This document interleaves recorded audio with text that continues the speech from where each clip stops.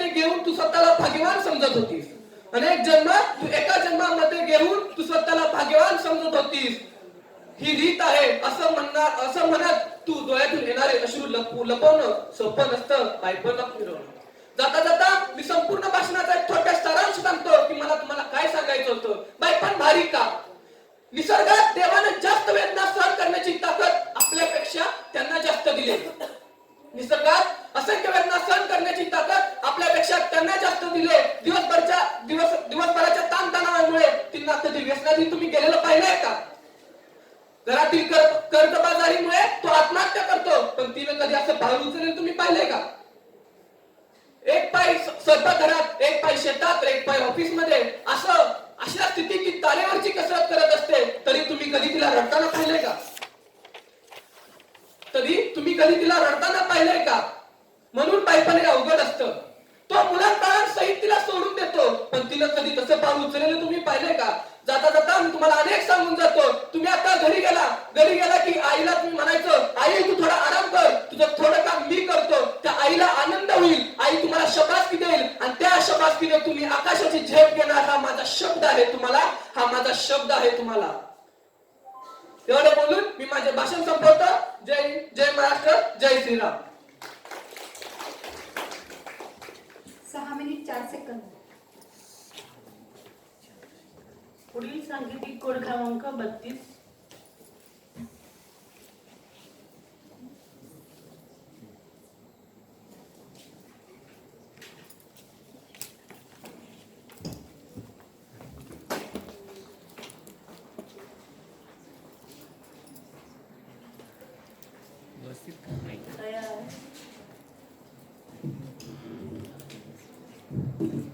Hello hello hello hello. नमस्कार सर्व, मी क्रमांक 32 कोड. मी आज तुम्हाला कृत्रिम बुद्धिमत्ता व मानवी भौतिक ह्याच्याबद्दल तुम्हाला मी सांगणार आहे. बुद्धिमत्ता म्हणजे काय तुम्हाला माहिती आहे? स्वामी विवेकानंदकडे अपार अशी बुद्धी होती. ते बुद्धीचे सागर होते. त्यांचं मन होतं की धाडसे व्हा, बलवान व्हा आणि स्वतःची जबाबदारी स्वतःच्या खांद्यावर घ्या आणि तुम्हीच तुमच्या जीवनाचा आकार घडवू शकता. हे स्वामी विवेकानंद म्हणत होते. तुम्हाला माहिती आहे स्वामी विवेकानंदांनी काय सांगितलंय? तुमच्याकडे जर 2 रुपये असतील ना, तर 1 रुपयाची भाकरी घ्या आणि 1 रुपयाचं पुस्तक घ्या. एक तुम्हाला जगवेल आणि दुसरं तुम्हाला कसं जगवायचं हे शिकवेल. स्वामी विवेकानंदांनी त्यांच्या परीक्षेमध्ये त्यांना 115 प्रश्न विचारले गेले. 115 प्रश्न. त्यातलं त्याच्या खाली लिहिलं गेलं कोणतेही 100 सोडवा.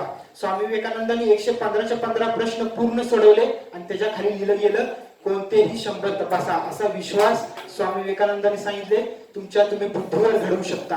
जर तुमच्या बुद्धीवर तुम्हाला विश्वास असेल तर प्रत्येक वेळेस घडत राहाल.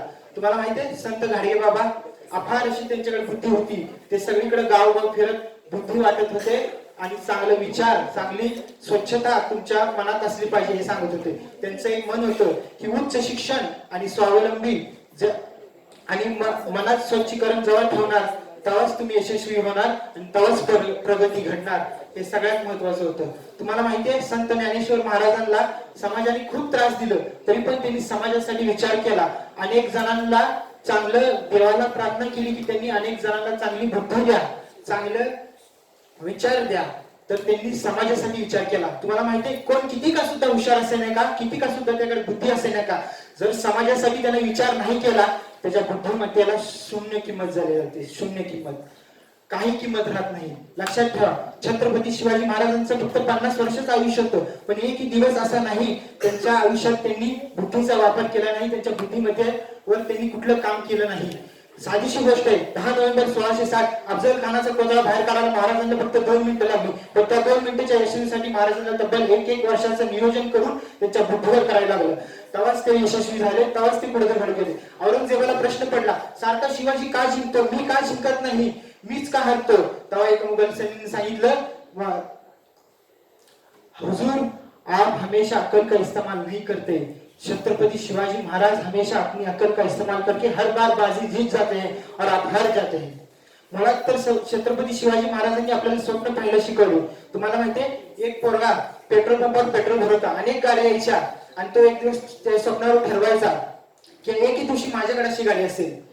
तो त्याच्या स्वप्नावर ठरवायचा. एक दिवशी त्यांच्या पेट्रोल पंपावर पांढरी शुभ्र रोल्स रॉयल्स कार आली आणि त्याने पेट्रोलची टाकी भरायला गेला आणि तोपर्यंत तो स्वप्नातच पडला की माझ्याकडे सुद्धा अशी ड्रेस कार असेल. पेट्रोलची टाकी कवा खाली झाली त्याला कळालंच नाही. पेट्रोल कवा खाली सांडलं गेलं त्याला कळालंच नाही. तोपर्यंत पेट्रोलच्या पंपाच्या मालकाने बघितलं, सांग सांग बघ सुद्धा चालू कर, काय करतोस. त्या पोराला भयान राग आला. मारलं म्हणून नाही, स्वप्न मोडलं म्हणून राग आला. तो पोरगा म्हणाला पुन्हा येईल ना, आता जातोय, पुन्हा येईल ना, अशीच पांढरी शुभ्र रोल्स रॉयल्स कार घेऊन. परत तो पोरगा 30 वर्षाने गेला त्याच पेट्रोल पंपावर पांढरी शुभ्र रोल्स रॉयल्स कार घेऊन आणि त्या पेट्रोल पंपच्या मालकाला म्हणाला, ओळखलं का, सांगून गेलो होतो 30 वर्षा अगोदर पुन्हा येईल ना तर पांढरी शुभ्र रोल्स रॉयल्स कार घेऊन येईल. त्यांचं नाव होतं त्या पोराचं धीरूभाई अंबानी. किती पैसे होते, काय शिक्षण होतं, फक्त एकच वापर केला, बुद्धीचा. बुद्धीवरच सगळं घडू शकतं, ही सगळ्यात महत्वाची गोष्ट आहे. तुम्हाला थॉमस लिप्टन माहित असेल. थॉमस लिप्टन माहित असेल, चहाच्या व्यवसायात होता.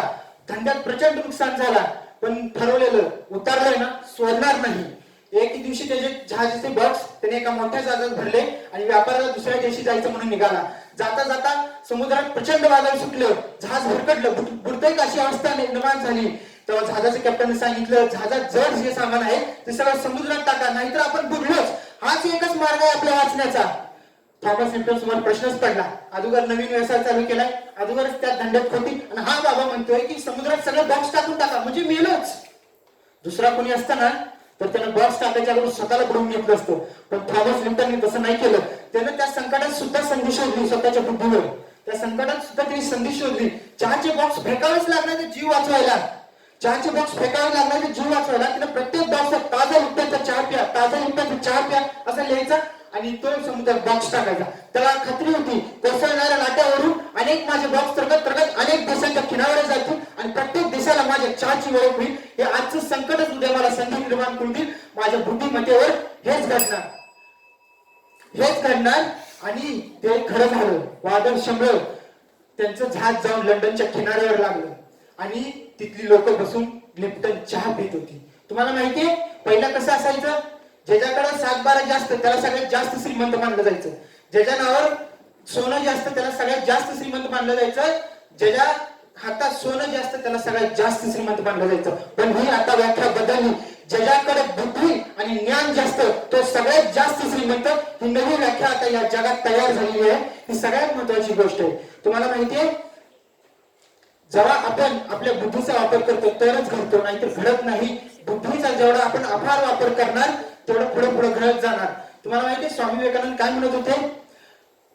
त्यांच्या हिंदीमध्ये एक छोटीशी कविता आहे की पढ़ाई कर फेल होने से मत डर, पढ़ाई कर फेल होने से मत डर, किताबों में लिखा है कर्म कर फल की चिंता मत कर. कष्टावर फळ मिळतच, कष्ट करायला हवा, बुद्धीचा वापर करायला हवा. कष्टावर फळ मिळतच, पण मिळालेल्या एका फळावर संतुष्ट राहिलं पाहिजे. आणखी त्या फळाची बिया कुठं कुठं पेरून अफार मिळत राहिलं पाहिजे. हे आपल्या बुद्धीमध्ये आपल्याला विचार आले पाहिजे, तरच आपली प्रगती घडते, नाहीतर घडत नाही. सगळ्यात महत्वाची गोष्ट आहे, जर प्रगती करायची असेल, बुद्धी घडवायची असेल, जर बुद्धीचा आपल्याला वापर करायचा असेल तर आपल्याला घडलं पाहिजे आणि आपल्या स्वतःच्या बुद्धीचा वापर केला पाहिजे. इतरांना प्रश्न विचारत बसायचं नाही, स्वतःची प्रश्नाची उत्तर स्वतः सोडवा आणि घडत घडत घडतच राहा. बुद्धीच्या यानं तुम्ही पुढे होतच राहा. धन्यवाद. 6 मिनिट 38 सेकंद. पुढील स्पर्धक कोड क्रमांक 43.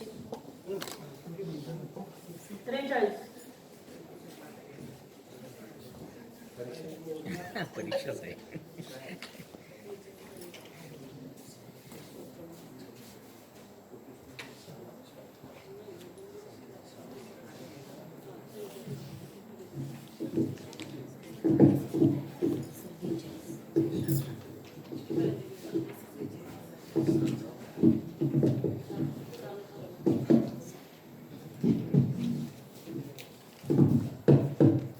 हॅलो.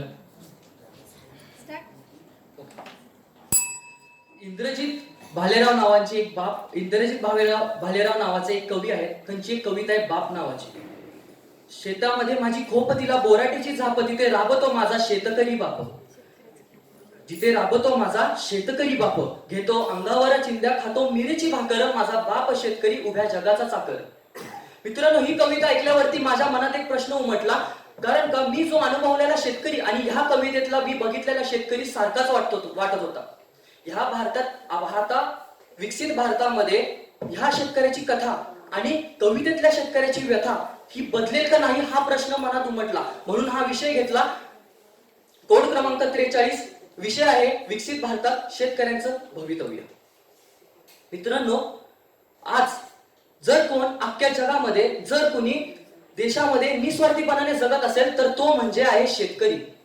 का तर स्वतःच्या घरात अन्न नसूनही, स्वतःच्या घरात खायला चूल जळत नसूनही दुसऱ्याच्या घरात भाकरी थापली जावी म्हणून स्वतः दिवस रात्र कष्ट करतो, तो म्हणजे शेतकरी. ज्याला आपण जगाचा पोशिंदा म्हणतो, ज्याला आपण जगाचा पालनहार म्हणतो, तो म्हणजे शेतकरी. पण काही वेळेस मित्रांनो त्याच्या घरात चूलही पेटत नाही.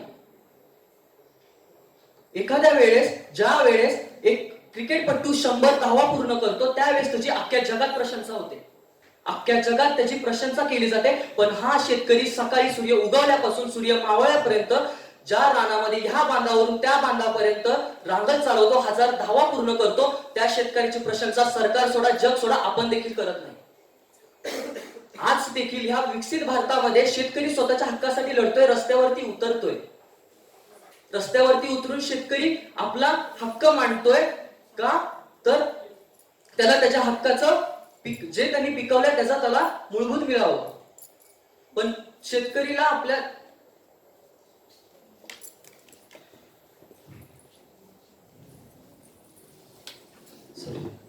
थँक्यू. वेळ सांगा.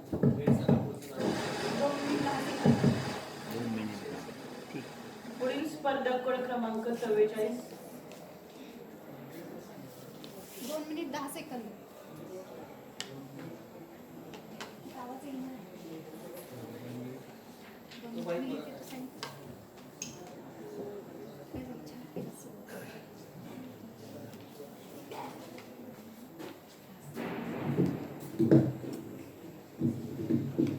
जरा आवाज वाढव आणि अंतर ठेवून बोला. आवाज मोठा. आता बोला, तेवढं अंतर राखा. Good evening, everyone. Good evening, everyone. I came up here with a code number 44, with a profound topic which is deeply resonated with the humanity, that is womanhood. बाई पण भारी, खरंच भारी का? So, basically, in today's world, womanhood is a totally different concept. Each day, each time, every time when women stand up for herself, she stands up for everybody else, without knowing it and without claiming it. Recently, Kedar Shinde, a director from Marathi film industry, released a movie named Baipan Bhari Deva. The movie emphasizes on the lost glory of the womanhood. Some of the softcasters and trollers state that before 32 years ago, women which came out of the theater wiping out their tears after watching movie named Maherchi Sari took such a long period to glorify themselves again and to prove themselves best again. So answer to this question is no. We women already knew that we are best. We knew that women are best when one of the most bravest women from the Indian history, Hirkani, came down from such a big hill just to feed her baby. We saw our mothers hustling in our homes for our family members. That's the time we know women are the best. First instinct to remove Britishers from India was first rose in the mind of Jhansi ki Rani Lakshmibai. That's the time when we know that women are best. And many more instances like that has proven that how women are best. A woman, whether she is intellectual, working woman, artist, homemaker or any other facility in any field, she performs her daily tasks or courses by saying Naaz Ga Ghuma, despite of all other sufferings. She picks up the particles of happiness from each new chapter. She struggles sometimes, she's exhausted, she's collapsed. Still, she holds back, she rises like a phoenix. Not only today, but from the time of immemorable time, women have cultivated themselves from the pain. And that's how we can say that it is proven that how womanhood is the best. Women are the symbol of strength and richness. They had vital role in society. They play various roles simultaneously, like being a mother, teacher, chef, companion, and caretaker, tending to everyone's needs. Whenever women are asked what are their favorite dishes or what are their favorite things to do, they're hesitated. Sometimes they didn't even remember. At the same time, when they are asked about their family and children, they know everything. Whenever women pray to God, they put their children and family first of all, and then everything else. So that's how we can say that women are best. Once a wise woman said that if a God made, if a first woman God ever made, was strong enough to turn this world upside down, if the first woman God ever made was strong enough to turn this world upside down, so these women togetherly ought to able to turn it right again. So this was some hearings from the wise men. Back then, in the periods of Maharajas, in spite of having so much intellectual enlightened sardars and ministry, Chhatrapati Shivaji Maharaj handed over his equipments, swords and royalties to Maharani Yesubai after the Jizab. Didn't he have those sardars and ministry? He did have. Those sardars were so intellectual and so knowledgeable. Still, he handed over all his equipments and royalties to Yesubai. Why did he do so? Because he knew that where there is women, there is a victory. On contrary, nowadays, whenever women enter into the politics and being assertive in the society, they are criticized and pulled down. And that's the time we have to understand that women were best, and since today, even today, they are best. And only womanhood is best only if you guys and us maintain it, and then only an ideal country will be created. Sometimes, being a woman, it is asked that what does it mean to be a woman today? It's a really hard question. But most often answer we got for the question is that womanhood is nothing but being a brave, strong, and powerful. But what I actually believe is that womanhood is not always and only about being powerful, brave, and strong, but it is also about being best version of yourself and who you are. So this was some kinds of traits about women. Once Swami Vivekananda said that educate your women first and let them themselves, and they will tell you what reforms are there necessary. So following those parts of the Swami Vivekananda, let's educate our girls and women and let our society and country develop. Many more things. The most important special trait about the women are that unless until women understand their esteem or inner stand, they made mistakes. But once they did it, the entire world is at their feet. So today let's celebrate this independent and perfect womanhood with a perfect independence, embracing the imperfection, diversity, and the strength inherent in the women, and let them grow and fly high. And today, on this special day, on this special occasion on this stage, I urge to all my dear women that to the all women who are breaking their chains from the imperfections, your authenticity is your self-acceptance. Your authenticity is your superpower, and world need more of it. So be you who you are, and let world adjust. Thank you. 6 minute 22 सेकंद. माईकवर बोला. पुढील स्पर्धक कोड क्रमांक 33.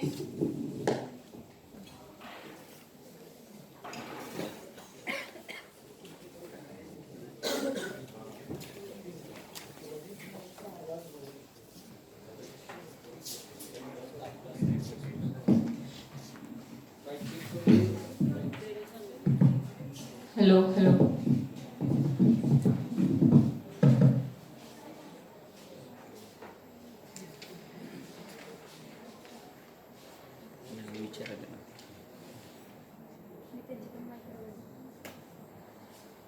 Start. वेळ म्हणतो मी पुन्हा नाही येणार. वेळ म्हणतो मी पुन्हा नाही येणार. काय म्हणे तुला हसणार की रडवणार? जे जगायचे आहे तुला ते या क्षणाला जगून घे, कारण या क्षणाला मी पुढच्या क्षणापर्यंत नाही अडवू शकणार. माहीत आहे संघर्ष खूप आहे, पण विचारशील मला की कुठे आनंद शोधू मी या संघर्षात, तर खरं सांगू तर या संघर्षातच हर्ष दडलेला आहे, जो तुला शोधायचा आहे. हो, जो तुला शोधायचा आहे. कारण या जगात असा कोणताच व्यक्ती नाही की ज्याला दुःख नाही. ज्याच्याकडे भरभरून संपत्ती पडलेली आहे त्याला पण दुःख आहेच, आणि ज्याच्याकडे संपत्ती नाही त्याला पण दुःख आहेच. पण या दुःखाला विसरून जो आयुष्य आनंदात घालवतो तो खरं जीवन जगतो. कारण या जगात तुम्ही किती जगलात याला महत्व नाही, तुम्ही कसं जगलात याला महत्व आहे. हेच तर जीवन आहे. सन्माननीय व्यासपीठावरील मान्यवर व सर्व गुरुजन वर्ग व इथे उपस्थित विद्यार्थी मित्र मैत्रिणींनो, मी लॉट नंबर 33 आज चला आनंद वाटूया या विषयावर बोलणार आहे. सुरू करण्याच्या पूर्वी सगळ्यांना एक कथा सुनू इच्छिते. एक मुलगा असतो जो खूप श्रीमंत घरातला असतो. एक दिवशी त्याचे वडील त्याला एका शहरातील छोट्याशा गावी घेऊन जातात. गावी नेण्याचा उद्देश असा असतो की मुलाला कळावं की लोक गावी कसे जगतात आणि लोक शहरात कसे जगतात. तर गेल्यानंतर ठरल्याप्रमाणे ते एका गरीब कुटुंबाच्या शेतात उतरतात आणि तिथे बरेच दिवस घालवतात. नंतर परत तिकडून आल्यानंतर सहलीवरून आल्यानंतर वडील मुलाला विचारतात, बाळा तुला सहल आवडली का? तर मुलगा म्हणतो, हो बाबा मला खूप आवडली, मला खूप काही काही बघायला भेटलं. तर बाबा विचारतात की तू काय अनुभवलं? तुला कळालं का की लोक कसे गरिबीत जगतात, शेती करून कसं त्यांचं रोजची पोट भाकरी कशी ते कमवतात, तुला कळालं का? तर मुलगा म्हणतो, हो मला कळालं बाबा. मग तू काय अनुभव घेतले त्याच्यातून तू मला सांग. तर मुलगा आधी सुरुवातीला म्हणतो, बाबा आपल्याकडे एक पुत्र आहे आणि त्यांच्याकडे 4 पुत्री आहेत. बाबा म्हणतात, काय सांगतो मला तू हे? मग थोडे चेष्टा झाल्यानंतर मुलगा म्हणतो, ऐका तर बाबा तुम्ही माझं. तर मुलगा म्हणतो, बाबा हे बघा आपल्याकडे महागडे कंदील आहेत आणि त्यांच्याकडे रात्री तारे असतात. आपल्याकडे जमीनचा हा एवढा तुकडा आहे, त्यांच्याकडं अंतहीन शेती आहे. आपल्याकडं आपल्या बागेत एक छोटासा पूल आहे, तर त्यांच्याकडं अशी नदी आहे की जिला अंतच नाही. तर ह्याच्यानंतर म्हणतो की बाबा आपल्याकडं आपल्या एवढ्या मालमत्तेच्या संरक्षणासाठी मोठमोठे आपण कुंपण बांधलेले आहेत, पण त्यांना त्यांची गरज भासत नाही. बाबा विचारत का? कारण की त्यांचे मित्रमंडळी नातेवाईक त्यांचे संरक्षण करायला खंबीरपणे ते उभे आहेत. तर हे सगळं ऐकून बाबा स्तब्ध होतात आणि त्यांना काही कळतच नाही की मी आता काय बोलू. मग परत मुलगा म्हणतो, बाबा मला या सहलीतून हे शिकायला भेटले, मला हे अनुभवायला भेटले की आपण खरं तर किती गरीब आहोत. तर हे सगळं ही कथा सांगण्याचे मागचा हेतू माझा हा होता मित्रांनो, की खरी संपत्ती ही फक्त भौतिक गोष्टींद्वारे आपण कमवू शकत नाही, तर खरी संपत्ती ही प्रेम स्वातंत्र्य ह्यामध्ये दडलेली आहे, जी आजच्या युगात कुठं ना कुठेतरी हरवत चाललेली आहे. बरेच लोक यशाचा संबंध हा आनंदाशी जोडतात. त्यांना असं वाटतं की जर आपल्याला यश भेटलं तरच आपण आनंद प्राप्त करू शकतो, आणि जर आपल्याला यश नाही भेटलं तर आपण निराशेतच आयुष्य घालवायला लागलो. पण असं नाहीये. आपल्याला समजायला पाहिजे यश हे फक्त परिस्थितीजन्य आहे आणि आनंद हे परिस्थितीजन्य नसून ते आपण कधीही कुठेही कशातही शोधू शकतो. फक्त आपल्याला तशी दृष्टी पाहिजे, म्हणजे की आपली जी सृष्टी आहे ती तशी निर्माण होईल. म्हणूनच आपल्या ग्रंथात बरेच ग्रंथात सुद्धा लिहिलेलं आहे की चित्ते प्रसन्ने भुवनं प्रसन्न चित्ते विषण्णे भुवनं विषणम. चित्ते प्रसन्ने भुवनं प्रसन्न चित्ते विषण्णे भुवनं विषणम. अतोभिलाषो यदि सुखे सात अतोभिलाषो यदि सुखे स्यात् चित्ते प्रसादे प्रथम येतस्व. याचा अर्थ असा की जर तुम्ही आतून अंतर्मनातून आनंदी असाल तरच तुम्ही तुमच्या साईडचं जग आनंदी बघू शकता. पण जर तुम्ही आतूनच निराश असाल तर तुम्ही जग निराशेतच बघणार आहात. आज लोक आनंद वाटायचे खूप मोठ्या मोठ्या बाता करतात. एक दिवशी मी बघितलं दिवाळीच्या वेळेस ते म्हटले आम्ही अशी दिवाळी साजरा करतो. बरं ठीक आहे, तुम्ही दिवाळी अशी साजरा करता, गरिबांना वाटता, प्रत्येकाची एक पद्धत असते. ज्यांच्याकडे पैसे नाही ते त्यांच्या पद्धतीने जशी त्यांना करता येईल फराळ वगैरे वाटतं घरी बनवूनच. पण ज्यांच्याकडे पैसा आहे, हा मी खूप जणांना बघितलं व्हिडिओ काढतात, बघा आम्ही अशी दिवाळी साजरा करतोय, बघा बघा. हा अहो तुम्ही ह्याने काय दर्शवता? नक्की तुम्ही काय दर्शवता? मित्रांनो तुम्हीच मला सांगा की घरटे उडते वादळात बिळावरणात पाणी शिरते, कोणती मुंगी कोणते पाखरू म्हणून आत्महत्या करते? तुम्हीच मला सांगा तो वाघ लाचारीने जगत नाही, शिकार मिळाली नाही म्हणून तो लाचारीने जगत नाही, कधीच कुणाकडे जाऊन अनुदान मागत नाही. घरकुलासाठी मुंगी करत नाही अर्ज, स्वतःच उभारते वाळून, कोण देतो तिला गृहकर्ज? राबून बैल कमावून धन देतात. सांगा बरं कोणाकडून ते निवृत्ती वेतन घेतात? कष्ट करायची जात आपली आपण हे शिकलं पाहिजे, पिंपळाच्या रोपासारखं पाषाणावर टिकलं पाहिजे. पण आपण हे विसरत चाललेलो आहे. सांगा बरं कोण करतो त्यांना पुरस्काराने सन्मानित, तरीही मोर फुलवतो पिसारा आणि कोकिळ गाते मंजूळ गीत. घाबरू नको कर्जाला, भय चिंता फासावर टांग, जीव एवढा स्वस्त नाही, सावकाराला ठणकावून सांग. टाक तू निर्भीडपणे तू टाक पाय, तुझ्या अंगात विश्वास ठेवून तू तुझा पहिलं पाऊल तरी टाक. हे मला ह्याच्यातून सांगायचं तुम्हाला म्हणजे की उद्देश आहे. जरी आपल्याकडे काही नसलं, संपत्ती नसली, काही नसलं, तरीही आपण ह्या जगामध्ये आनंदी शोधू शकतो. असं नाहीये की पैसा संपत्ती सगळं महत्वाचं नाहीये. पण हे लक्षात ठेवा गोष्ट मित्रांनो की पैशाने आपण आनंद विकत घेऊ शकत नाही. फक्त मला एवढंच सांगायचं होतं आणि हे सगळं सांगून मी आपलं भाषण समाप्त करते. थँक्यू. 7 minute 2 second.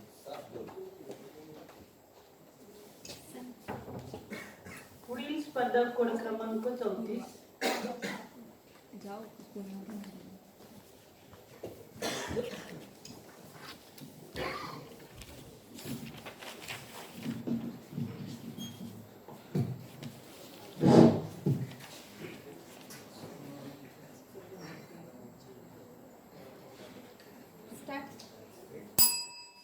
त्यांच्या निसर्ग कविता असो किंवा शेतकऱ्यांचे प्रश्न परखडपणे मांडणाऱ्या कविता, त्यांना परसखेडच्या मातीचा अस्सल रंग आणि गंध होता. प्रत्यक्ष आयुष्यातही मातीशी जोडलेली नाळ त्यांनी शेवटपर्यंत कायम ठेवली. त्यांच्या काव्यातून दिसणारं भुई आणि नभाचं नातं हे त्यांनी आपल्या आयुष्यामध्ये शेवटपर्यंत जोपासलं. साहित्य क्षेत्रातील अनेक पुरस्कारांनी सन्मानित असलेलं महाराष्ट्राचं कृषीरत्न म्हणजे रानकवी ना.धो. महानो. नमस्कार ज्ञाते, वक्ते व रसिक श्रोते हो. मी स्पर्धक कोड क्रमांक 34 आज आपल्या समोर विषय मांडत आहे. भुई आणि नभाला चैतन्य देणारा रानकवी ना.धो. महानो. मित्रांनो, ना.धो. महानो यांचे नाव नामदेव धोंडो महानो असे आहे. त्यांचा जन्म झाला 16 सप्टेंबर 1942 रोजी सध्याच्या छत्रपती संभाजीनगर जिल्ह्यातील परसखेड या गावी. अवघ्या 500 लोकवस्ती असणाऱ्या गावामध्ये त्यावेळी शेतीशिवाय दुसरा कोणताही पर्याय उपलब्ध नव्हता. महानोरांचे आई वडील देखील शेतकरीच. दुष्काळी व कोरडवाहू शेतकऱ्याच्या घरामध्ये जन्माला आलेल्या मुलाला शेतीशिवाय दुसरा कोणताही पर्याय नव्हता आणि त्यामुळे महानोर शेतीच करू लागले. पुष्कळ धडपड करूनही शिक्षण न घेता आल्यामुळे महानोर सुद्धा शेतीच्या कामामध्येच व्यस्त राहू लागले. पण तरीही शिक्षण घेत असताना कविता वाचण्याच्या छंदाने त्यांना झपाटले होते. बालकवी बाबा बोरकर, ना. ग. देशपांडे यांसारख्या कवींच्या कवितांनी त्यांना वेड लावले होते. त्यामुळे शिक्षण जरी सुटले तरी कविता वाचनाचा छंद मात्र त्यांनी जोपासला होता. शेती आणि वाचन या दोन परस्पराविरुद्ध गोष्टी करताना त्यांची फार वरदान होऊ लागली. शेवटी त्यांनी दोन्ही गोष्टींमध्ये जीव ओतला आणि एक नवा मानदंड निर्माण केला. आणि या त्यांच्या मनाची अवस्था व्यक्त करताना ते असं म्हणतात, गुंतलेले प्राण या रानात माझे, फाटकी झोपडी काळीज माझे, मी असा आनंदोनी बेहोश होतो, स्वप्नगंधे तुम्हाला बाहूत घ्यावे, स्वप्नगंधे तुम्हाला बाहूत घ्यावे. त्यांचा 1967 साली पहिला काव्यसंग्रह प्रकाशित झाला, तो म्हणजे रानातल्या कविता. त्यानंतर 1970 साली वही, 1982 साली पावसाळी कविता असे त्यांचे काव्यसंग्रह प्रकाशित होत गेले. गांधारी ही त्यांची 1972 मध्ये प्रसिद्ध झाल्यानंतर 1981 मध्ये गावातल्या गोष्टी हा त्यांचा लोककथा संग्रह देखील प्रसिद्ध झाला. त्यांनी अनेक मराठी चित्रपटांकरिता गाणी लिहिली. ती गाणी तेव्हाही खूप गाजली आणि आजही आबालवृद्धांपर्यंत प्रसिद्ध आहेत. एक होता विदूषक, जय जय, सर्जा, दोघी, मुक्ता यांसारख्या अनेक प्रसिद्ध मराठी चित्रपटांकरिता त्यांनी गाणी लिहिली. जांभूळ पिकल्या झाडाखाली, बाळगू कशाला व्यर्थ उन्हाची भीती ग, आम्ही ठाकर ठाकर, दूरच्या रानात केळीच्या वनात यांसह त्यांची विविध गाणी आजही कित्येक जण अगदी प्रेमाने ऐकत असतात. राया तुझे हात माझ्या हातात गुंफुनी, उन्हाचं चांदण आलं लाज पांघरुनी, तुझ्या डोळ्याच्या सांदीत सावल्यांची राणी, पाण्यामध्ये झिम्मा धर आभार अस्मानी. पाण्यामध्ये झिम्मा धरणार आसमानी आभार आणि लाज पांघरत येणार चांदण. मित्रांनो, हे कवी नादो महानोरांनी स्वतः अनुभवलेलं आहे आणि आमच्यासारख्या शहरात राहणाऱ्या लोकांना हे दाखवलेलं आहे. निसर्गासोबतची विलक्षण एकतांता ही यापूर्वी कदाचित फक्त बालकवींनाच जमली असावी. याच वेळी कवींची निसर्गाचे भयंकर रौद्ररूप असणाऱ्या विविध घटनांवरती देखील लक्ष जाते. दुष्काळामुळे ओस पडलेली खेडी, भुकेने तडफडून मरणारी माणसे हे देखील कवी नादो महानोर तितक्याच ताकदीने आणि तितक्याच पोट तिडकीने मांडतात. आणि त्या कविता वाचल्या की आपल्या मनात येते ती एक सुन्नता, अगदी काजा चंद्र बुडून जावं तशी. महानोरांचे शेतीप्रेम हे अफाट होते. त्यांनी आपले मूळ गाव असलेल्या पळसखेडला सुमारे 26 दगडी बंधारे, 26 सिमेंट बंधारे, 3 तलाव बांधून घेतले. त्यांनी माती अडवली, पाणी जिरवले. त्यासोबतच अवघ्या 1.25 लाख रुपयामध्ये शेतकरी सन्मानाने कसा उभा राहू शकतो हे त्यांनी आपले पुस्तक शेती आत्मनाश व नवसंजीवन याद्वारे समस्त शेतकरी वर्गाला दाखवून दिले. त्यांची पुस्तके वाचून मुंबई पुण्यापुढे गेलेला तरुण हा परत गावी येऊन शेती करू लागला. या शेताने असा लळा लावला की परस्पराला सुखदुःखांशी हसलो रडलो. आता तर हा जीवच असा झकटला, मी या हिरव्या बोलीचा शब्द जाहलो. ही कविता संपूर्ण महाराष्ट्राचीच आहे असे महानोर म्हणत असत. महाराष्ट्र सरकारने 1978 साली राज्यपाल नियुक्त सदस्यांमध्ये साहित्यिक कलावंत प्रतिनिधी म्हणून त्यांची विधान परिषदेवरती नियुक्ती केली. विधान परिषदेवरती सदस्य असताना जलसंधारण, फळबागा, ठिबक सिंचन तंत्रज्ञान यासोबतच साहित्य क्षेत्रातील देखील अनेक प्रश्न त्यांनी मांडले. त्यांनी जे जे प्रस्ताव विधान परिषदेमध्ये मांडले त्यापैकी बहुतांश प्रस्ताव हे पारित देखील झाले. 1978 ते 1984 याबरोबरच 1990 ते 1995 या काळामध्ये ते विधान परिषदेचे सदस्य होते. मित्रांनो, कविवर्य नादो महानोर यांना 1985 साली महाराष्ट्र शासनाचा कृषी भूषण पुरस्कार, 2000 साली महाराष्ट्र शासनाचा पंजाबराव देशमुख गौरव पुरस्कार, 2012 साली महाराष्ट्र शासनातर्फे दिला जाणारा विंदा करंदीकर गौरव पुरस्कार, त्यासोबतच 1991 साली भारत सरकारचा सर्वोच्च असा पद्मश्री पुरस्कार यांसह अनेक पुरस्कारांनी त्यांना सन्मानित केलेला आहे. अशा या रान कवींची 3 ऑगस्ट 2023 रोजी प्राणज्योत मालवली. मित्रांनो, कविवर्य नादो महानोर यांच्या कविता म्हणजे चित्र आहे जे काही वेळेला लवकर समजतही आणि जर समजलं नाही तर लवकर काय आपल्याला ते कधीच समजत नाही. महानोरांच्या शब्दांमध्ये सुगंध आहे, त्यांच्या कवितेमध्ये प्राण आहे. कधी जर उघड्या डोळ्यांनी स्वप्न बघायचं असेल आणि त्यामध्ये हरवून जायचं असेल तर नक्कीच महानोरांची कोणतीही कविता वाचावी. एवढाच असावा. मनपूर्वक धन्यवाद. 6 मिनिट 43 सेकंद. 6 मिनिटे 43 सेकंद. साइन कर. सही सही नाही. पुढील स्पर्धक कोड क्रमांक 35.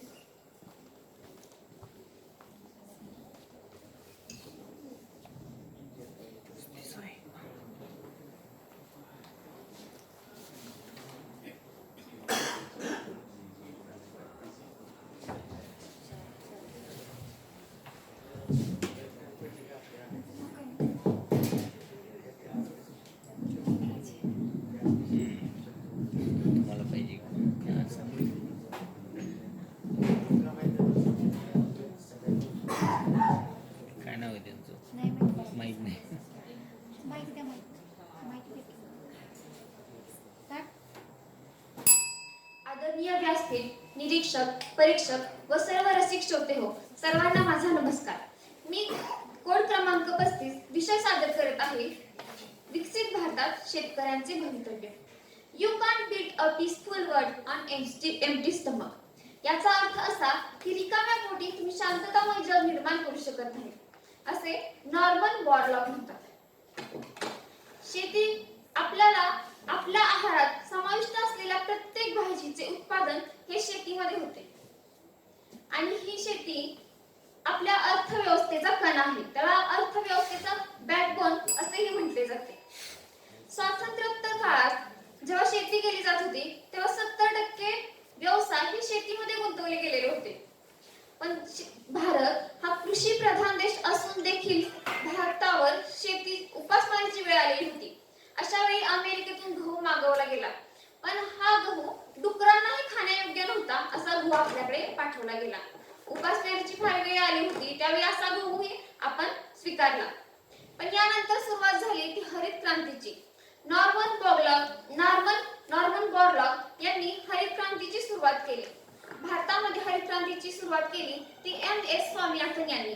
त्यानंतर महाराष्ट्राचे तत्कालीन मुख्यमंत्री वसंतराव नाईक यांनी ही संकल्पना महाराष्ट्रामध्ये आणली आणि आपल्या भारतात M.S. स्वामीनाथन यांना त्याचे हरित क्रांतीचे जनक म्हणले जाते. तसेच वसंतराव नाईक यांना महाराष्ट्रामध्ये हरित क्रांतीचे जनक म्हणले जाते. एवढे असूनही तरीही आपल्याला उत्पादन कमी पडत होते. भारत हा कृषी प्रधान देश असूनही आपल्यात अन्नाचे उत्पादन कमी पडत होते आणि यासाठी बऱ्याचशा समस्या होत्या. ज्यापैकी पहिली समस्या आपण म्हणू शकतो जमिनीचे तुकडीकरण. कारण वारसा हक्कामुळे जमिनीचे तुकडीकरण होते, सलग शेती करता येत नाही आणि त्याच्यात मुळात नवीन आधुनिक यंत्रांचा वापर करता येत नाही. त्यामुळे जास्त पीक उत्पादन करता येत नाही. दुसरं म्हणजे शेती ही जास्त करून बऱ्याचशा प्रमाणात अजूनही शेती पावसाच्या पाण्यावर अवलंबून आहे. म्हणजे जर पाऊस जास्त पडला तर पीक चांगले होते आणि नाही पडला तर कमी होते. मग यासाठी उपाय करणे गरजेचे आहे. जसे की म्हणजे आधुनिक यंत्रणांचा आपण वापर करू शकतो, पाण्याची व्यवस्था करू शकतो. सरकारने यासाठी बऱ्याचशा योजना केल्या आहेत, जसं की पीक विमा योजना, किसान मानधन योजना, प्रधानमंत्री किसान सन्मान योजना. या योजनांचा वापर करून जर आपल्या भारतातील शेतकऱ्याने पुढे जाण्याचा प्रयत्न केला आणि पूर्णपणे तो आत्मनिर्भर झाला की त्याला परत या योजनांची गरजच नाही पडावी असं झाला तर कुठे भारताचे शेतकऱ्यांचे भवितव्य हे जास्त उज्ज्वल होईल. एवढे बोलून मी माझे 4 शब्द संपवते. धन्यवाद. 3 मिनिट 6 सेकंद. 3 minute 6 second. पुढचा स्पर्धक कोड क्रमांक 56.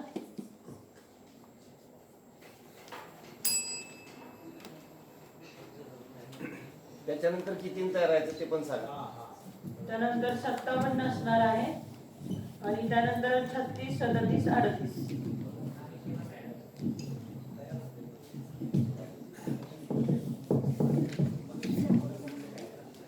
स्पर्धक कोड क्रमांक 56.